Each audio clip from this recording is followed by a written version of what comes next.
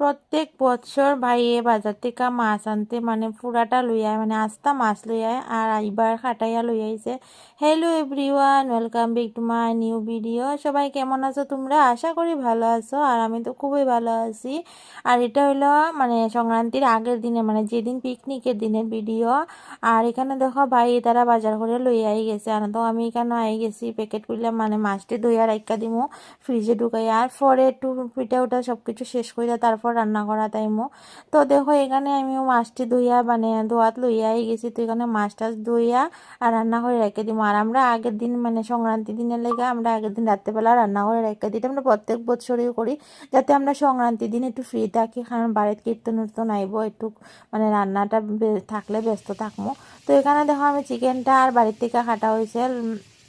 তো এখানে দেখো চিকেনটাকে আমি মেরিনেট করে রেখে দিব একটু সময় লেগা, তারপর বয়ামো। তারপর এখানে দেখো মাছ ভাজা মানে মাছটি ভাজা তারপর তরকারি বয়ামো।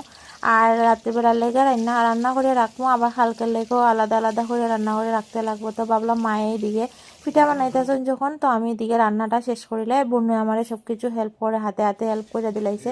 তো দেখো এখানে চিকেনটা কষাইলে তারা দুজনে দিছি দিয়া কইছি টেস্ট করতো, তারা দুজনে দেখো চিকেন লইয়া যুদ্ধ করে। আর এখানে দেখো আমার একটা একটা করে তরকারি রান্না করা হয়ে গেছে, আমি এখন নামাই দিমু।